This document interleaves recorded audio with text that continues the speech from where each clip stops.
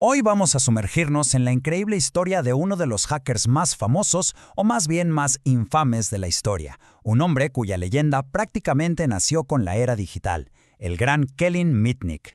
Y para que nos hagamos una idea del personaje, empecemos por su apodo, uno que él mismo se puso, el fantasma de los cables. Suena a película, ¿verdad?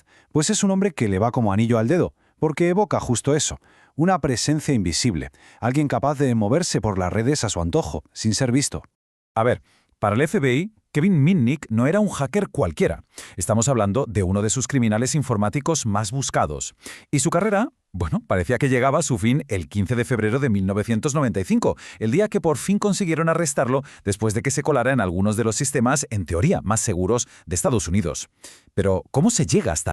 Lo curioso de todo esto es que la historia de Mitnick no empieza como la de un supervillano. Nada de planes para dominar el mundo ni para hacerse millonario. No. Todo arranca con algo mucho más humano, la pura y simple curiosidad. Una fascinación casi infantil por entender cómo funcionaban esos sistemas que nos conectaban a todos. Y su primer, digamos, gran golpe lo deja clarísimo. Con solo 16 años, ¿qué hace? Pues se cuela en el sistema de su propio instituto. Y ojo, no para cambiarse las notas, que sería lo típico, ¿no? No, él mismo dijo que lo hizo solo para mirar. Ya se veía venir que tenía un talento fuera de lo común, un talento que, claro, no tardaría en desmadrarse. Y a partir de ahí, la cosa se fue de las manos, pero a toda velocidad. Fijaos en esta cronología, es que es una locura. En el 81 roba unos manuales, vale, pero es que en el 83 ya está hackeando ARPANET, la mismísima precursora de Internet, y la bola de nieve sigue creciendo, hasta el famoso caso contra Digital Equipment Corporation en el 88, un no parar, vamos. Pero aquí viene lo bueno. En el juicio del 88, su abogado se saca unas de la manga. Argumenta que Mitnick no es un delincuente, sino que tiene una adicción a los ordenadores. Una idea súper novedosa para la época, ¿eh? Y oye, funcionó. Le cayó solo un añito de cárcel. Claro, la historia no acaba ahí. En 1992, la trama da un giro digno de una peli de suspense. Mitnick se salta la condicional y ¡puf!, desaparece. Se convierte en un fantasma, en un prófugo. Y de repente pasa a ser el hacker más buscado de América. Y mientras estaba a la fuga, lejos de esconderse bajo una piedra, lo que hizo fue perfeccionar su arte. Se dio cuenta de que la clave era moverse, no dejar rastro. Y se obsesionó con los teléfonos móviles, que por aquel entonces eran una tecnología nueva. Aprendió a usarlos para borrar sus huellas, para ser, bueno, eso, un fantasma en la red.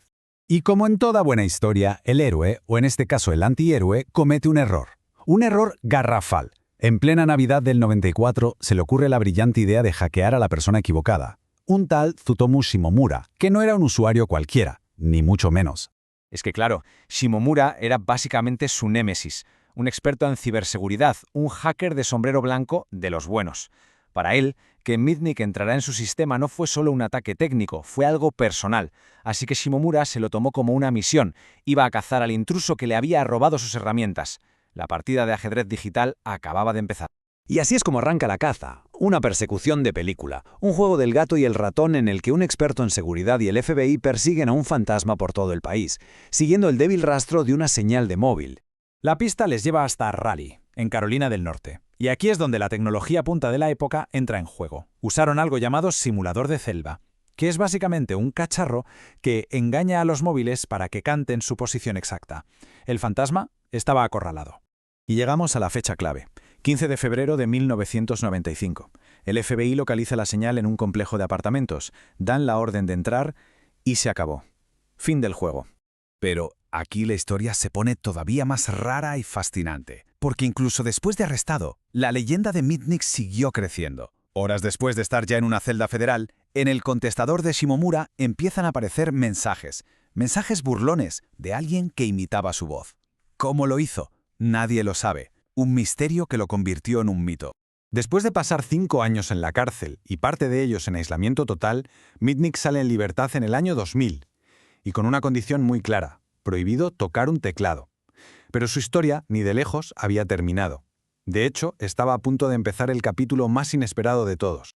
Lo que vino después fue una transformación radical. Es que es increíble. El tipo que estaba en la lista de los más buscados del FBI se convierte en una eminencia. El prófugo en CEO, el recluso en autor de éxito, el acusado en un conferenciante de fama mundial. Un cambio de 180 grados. Y para rematar, funda su propia empresa, Mitnick Security. La ironía es maravillosa, ¿verdad? El mayor cazador furtivo de la historia se convierte en el mejor guardabosques. Ahora usaba todo lo que sabía sobre cómo reventar sistemas para enseñar a las grandes empresas a protegerse. ¿Quién mejor que él? Pero si tenemos que destilar toda la vida de Mitnick en una sola lección, en una idea clave, esa idea no es un truco informático, es algo mucho más elemental. Hablamos de la ingeniería social. Mitnick lo dijo 1000 veces. Su arma más letal no era un ordenador, era el teléfono. Su superpoder no era escribir código, era entender a la gente. Hackeaba personas, no máquinas. Y lo mejor es que lo basaba todo en 4 principios súper sencillos sobre cómo somos los humanos. 1. Nos gusta ayudar. 2. Por instinto confiamos. 3. Nos cuesta un montón decir que no. Y 4. A todos nos encanta que nos doren la píldora. Jugando con estas 4 cartas, Mitnick podía abrir casi cualquier puerta. Mirad para que veáis hasta qué punto era bueno en esto. Una vez contó que, con solo 6 llamadas de teléfono, en unos pocos minutos, consiguió que un ingeniero le mandara el código fuente completito de un móvil que aún no había salido al mercado. 6 llamadas, 0 líneas de código. Impresionante. Y todo esto nos lleva a la gran pregunta, una que es más importante hoy que nunca. En un mundo lleno de inteligencia artificial, de firewalls impenetrables y de ciberseguridad súper avanzada, ¿sigue vigente la gran lección de Mitnick? ¿Seguimos siendo nosotros, los humanos, el eslabón más débil de la cadena? Ahí queda eso.